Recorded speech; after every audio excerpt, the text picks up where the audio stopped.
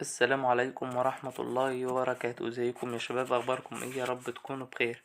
نبدأ بدعاء خفيف كده قبل ما نبدأ حل.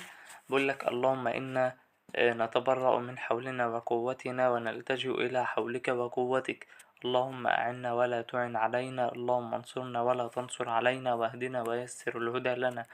بسم الله الرحمن الرحيم. ولله غيب السماوات والأرض وإليه يرجع الأمر كله فاعبده وتوكل عليه وما ربك بغافل عما تعملون.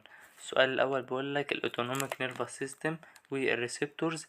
بيقولك which division of the autonomic nervous system responsible for للفايت والفلايت. الفايت والفلايت ده قلنا في حالات السمبثاوي، هتبقى الإجابة بي. تمام. رقم 2. ماشي كده، خلاص خلصنا ده. بقولك في الريست والدايجست، الريست والدايجست ده اللي هي في حالات الباراسمبثاوي.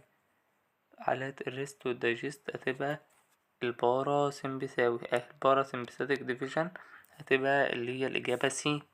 رقم 3. وليه الدنيا عكة كده ليه؟ رقم 3. ماشي. الميدل واحد ثانية. receptor are primary response for بقولك الريسبتور primary response for الفا 1. الالفا 1 ريسبتور، المستقبلات بتاعة الفا 1 بتكون على ايه؟ احنا قلنا ان الفا واحد بتبقى على العضلات الملساء والوعائية، يبقى هتكون على البلاد فيزلز، وكمان ايه؟ الاي بالب. صح كده ولا ايه؟ اللي هي السموث ماسل، يعني هتبقى الإجابة بي. ماشي. رقم 4 بيقولك بيتا 1 ريسبتور ار بري اللي هي. ماشي، البيتا 1 ده عرفنا ان هي موجودة على القلب، هتكون على الإجابة سي. رقم 5 بيقولك البيتا 2 ريسبتور، وعرفنا ان البيتا 2 على الرئة والرحم والكبد. طيب البيتا 2 موجود على الرئة والرحم والكبد، بيعمل توسيع على الرئة وبينشط الرحم والكبد او بيوسع الرحم. هو هنا بقولك رقم ايه؟ البرونكو. لا، دي معناها انقباض. طيب رقم بي برونكو دايلوتيشن، توسعة الرئة، توسيع الشعيرات الدموية، صح. تبقى الإجابة بي. توسيع قصدي القصبة الهوائية، تبقى صح. رقم 6 بيقولك ألفا 1. ولا فين السؤال؟ السؤال اهو بيقولك بعد دي هنا which receptor acts as an inhibitor receptor in CNS، بيأثر على CNS. ماشي، اللي بيأثر على الجهاز العصبي المركزي وبيعمل حاجة اسمها inhibitor، تثبيط ليه، دي اللي هي كانت مستقبلات ألفا 1. يبقى الإجابة ألفا 1.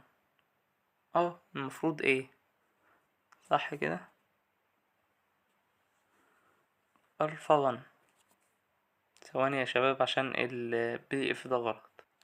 لا، أنا آسف، ألفا 1 دي كانت انقباض للعضلات المرساء والوعائية، يبقى هي ألفا 2. ألفا 2 اللي هي ايه؟ الإجابة رقم بي. رقم 7 بيقولك الدايركت افكت اون ذا هارت، ايه اللي بيأثر على الهارت بطريقة مباشرة، بيعملوا تحفيز، كانت مستقبلات بيتا 1.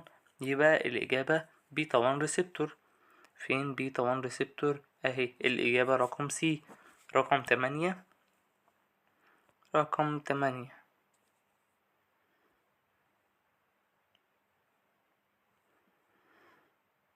ماشي. بقولك هو فيها في لخبطة هنا، بس يلا معلينا. أداة A وألفا 1 ريسبتور، B ألفا 2 ريسبتور، C ألف بيتا 1 ريسبتور. طب دي بيتا 2 ريسبتور. بقولك بقى بيتا 2 receptor are found in all the following tissue، ما عدا حاجة بيتا 2 بيأثر على ايه؟ لو احنا فاكرين على الرئة والرحم والكبد، يبقى اللنج صح والليفر صح والرحم صح، تبقى الإجابة دي الهارت. ندخل في اللي بعد كده. sympathetic epinephrine in the drug of sympathomimetic. ماشي، احنا هنتكلم دلوقتي عن الجزء التاني اللي هي الأدوية المشابهة أو المحاكاة للسمبساوي. ايه الأدوية؟ ايه السؤال الأول بيقولك بقى choose of for the emergency therapy، بنستخدمه في حالات الطوارئ. في حالات الطوارئ لو انت مثلا مريض أزمة، ماشي، أو اللي هو مريض أنافليتك شوك، الأزمة دي غلط، اللي هي رقم سي دي غلط، تبقى الإجابة بي بتاع المريض اللي عنده ايه، صدمة تحسسية اللي هي الأنافليتك شوك، هي اللي صح، الإجابة بي. رقم اتنين بيقولك الفازو بريشر افكت بيأثر على ايه؟ ولا انا لسه سبت حاجة؟ الفازو بريشر افكت اللي هو الضغط بتاع الأوعية الدموية، افكت بيأثر على الابنفرين هيلبس ريفرز. ماشي، بيعمل حاجة اسمها هايبوتنشن، ما هو بيضغط على الأوعية الدموية عشان يعمل هايبوتنشن، بيساعد على الهايبوتنشن. فازو بريشر بيوسع الأوعية الدموية فبيساعد الهايبوتنشن، الإجابة سي. ماشي، بعد كده بقولك البيتا 2 primary use treat بيستخدم في ايه؟ البيتا 2 عارفين على الرئة والرحم والكبد، يبقى البيتا 2 بيستخدم في الكاردياك ارست، ولا ما هو على، لا ما ينفعش على الكاردياك ارست. طيب هايبرتنشن برضو لا. طيب في الأزمة برونكو دايريتيشن، ماشي. طيب بالنسبة للجلوكوما لا، هتبقى الإجابة سي، 3 سي. ماشي، بقولك الابنفرين added to local اللي هو بيتحط يعني مع المخدر الموضعي، ليه؟ عشان يطول الفترة بتاعت ايه الأكشن، اللي هو بيقولوا فترة التخدير يعني، فهتكون الإجابة بي، اللي هو بيقولك نتاي هنا prolonged the duration of action by causing local vaso contraction، اللي هو بيعمل موضوعي يعني تخدير موضعي لفترة أطول. تمام، بعد كده بيقولك الماي دريسيا اللي هو التوسيع يعني بتاع حدقة العين refers to، مش هقول بقى اللي هي انقباض، لا هنقول توسيع اللي هي ايه dilation، هتبقى bubble dilation اللي هو توسيع حدقة العين، اللي هي الإجابة بي يعني. بعد كده بقولك which drug useful in the emergency management of a cardiac arrest، بنستخدمه في حالات الكاردياك arrest، كانت السمباثو مايماتيك، حاجة من السمباثو مايماتيك زي مثلا الاتينول، صح كده ولا انا قلت غلط؟ لا ثانية، هو في حاجة غلط. emergency management of cardiac arrest، في حالات الكاردياك arrest. ماشي يا شباب، خلاص صلحت البي دي اف. بقولك الامرجنسي مانجمنت اوف كاردياك ارست، الكاردياك ارست حالات اللي هو توقف القلب المفاجئ، كنا بنستخدمها في الاستخدامات العلاجيه بتاعه السمباثومايماتيك. طيب من السمباثومايماتيك كنا بنستخدم ايه؟ كنا بنستخدم حاجه اسمها ابنفرين، عشان يعمل ايه؟ عشان يعمل تحفيز للقلب عن طريق مستقبلات بيتا 1. تمام، بعد كده دخلنا في السؤال اللي بعده. السؤال اللي بعده راح فين؟ ده سي دي، بس كده المفروض يكون ده خلاص. بقولك بيتا 2 صح ولا انا بادئ غلط؟ ماشي. البيشنت تيك البيوترول، خد دواء اسمه البيترول ده بيحتوي على ايه؟ على بيتا 2. بيتا 2 ده بيشتغل على ايه؟ على توسيع الرئة والرحم والكبد. طيب، بقول لك بقى هنا من الكومبليكيشن، من المضاعفات اوف ريس هارت، خلى تسرع في ضربات القلب. This is likely due to ان هو بيبقى ده بسبب ايه؟ تتوقع يعني بسبب ايه؟ ماشي، هو حاجة بسيطة. ليه؟ لان هو اتأثر بمستقبلات بيتا 2. لان هو تأثر قصدي بمستقبلات بيتا 1. المفروض ان الاجابة تكون بي، اللي هو تأثر بمستقبلات بيتا 1، تبقى الإجابة بي صح. تمام. رقم 8، السؤال الأخير معانا، ونعدل الPDF ده كله عشان شكله وحش أوي. بداية السؤال فين؟ بقولك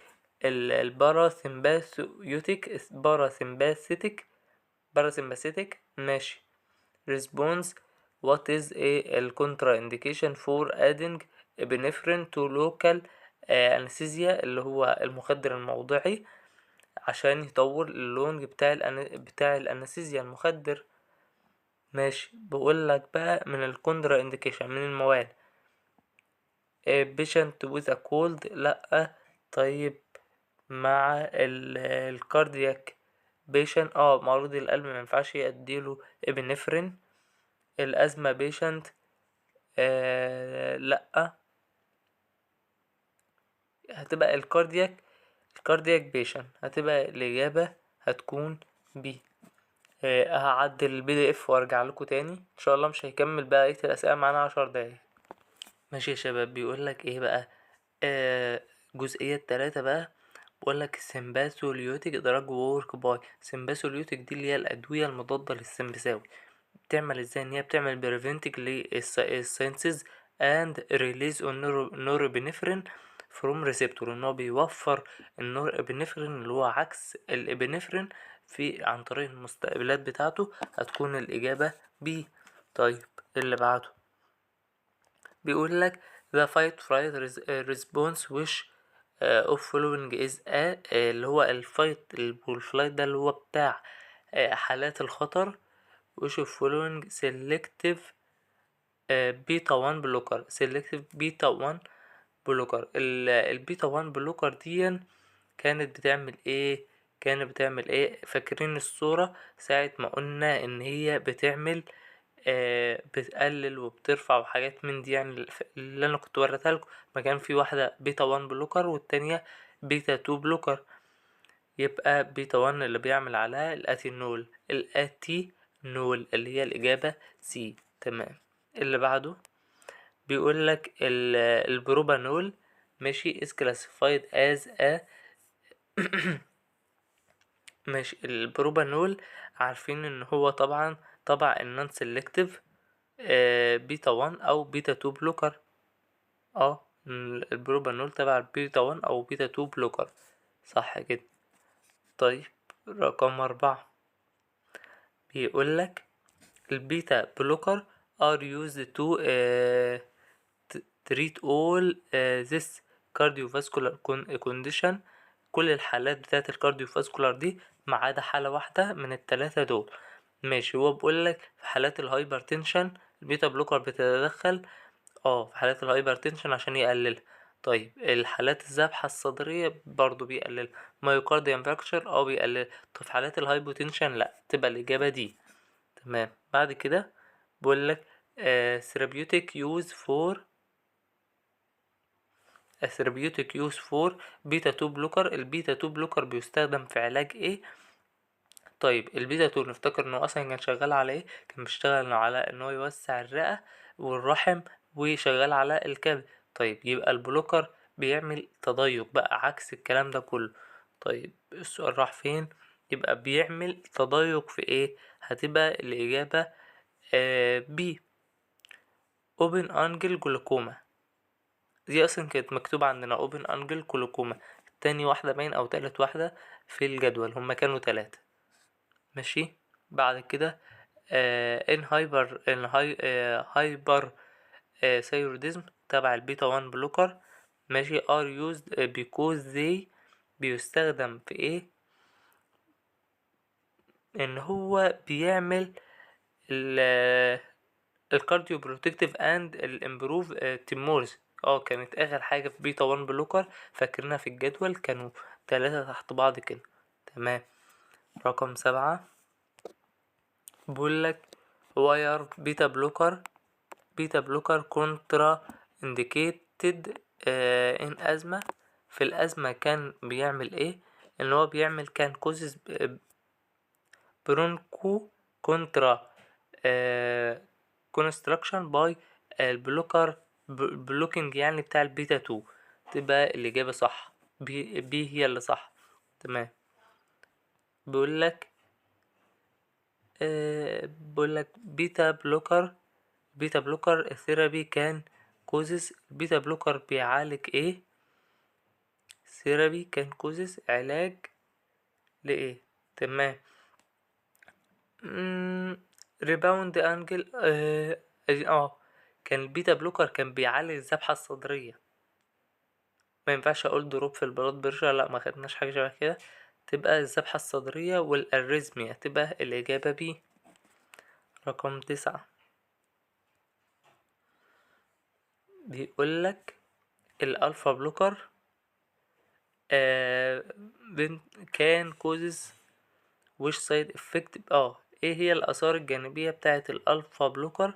كانت الآثار الجانبية هبوط في الضغط، حصل هايبوتنشن اللي هي الإجابة بي. تمام. رقم 10 بيقولك ايه هو الدراج الانتي هايبرتنسيف اوف بتاع البريجنان. يبقى اي حاجة فيها الفا ميثايل دوبا اللي هو بتاع الالدوميت اللي هو رقم سي. رقم 11 بيقولك الالفا بلوكر are useful is urine retention due to being prostata hyperplasia اللي هي بيكوز زي كان يا شباب احنا عارفين ان هو بيعمل ديكريز للريزيستنت بتاعت اليورين فولو باي ديكريز البروستاتا تون، بيقلل حجم البروستاتا وبيقلل ايه المقاومة بتاعة تدفق اليورين. تبقى الإجابة بي. آخر 3 أسئلة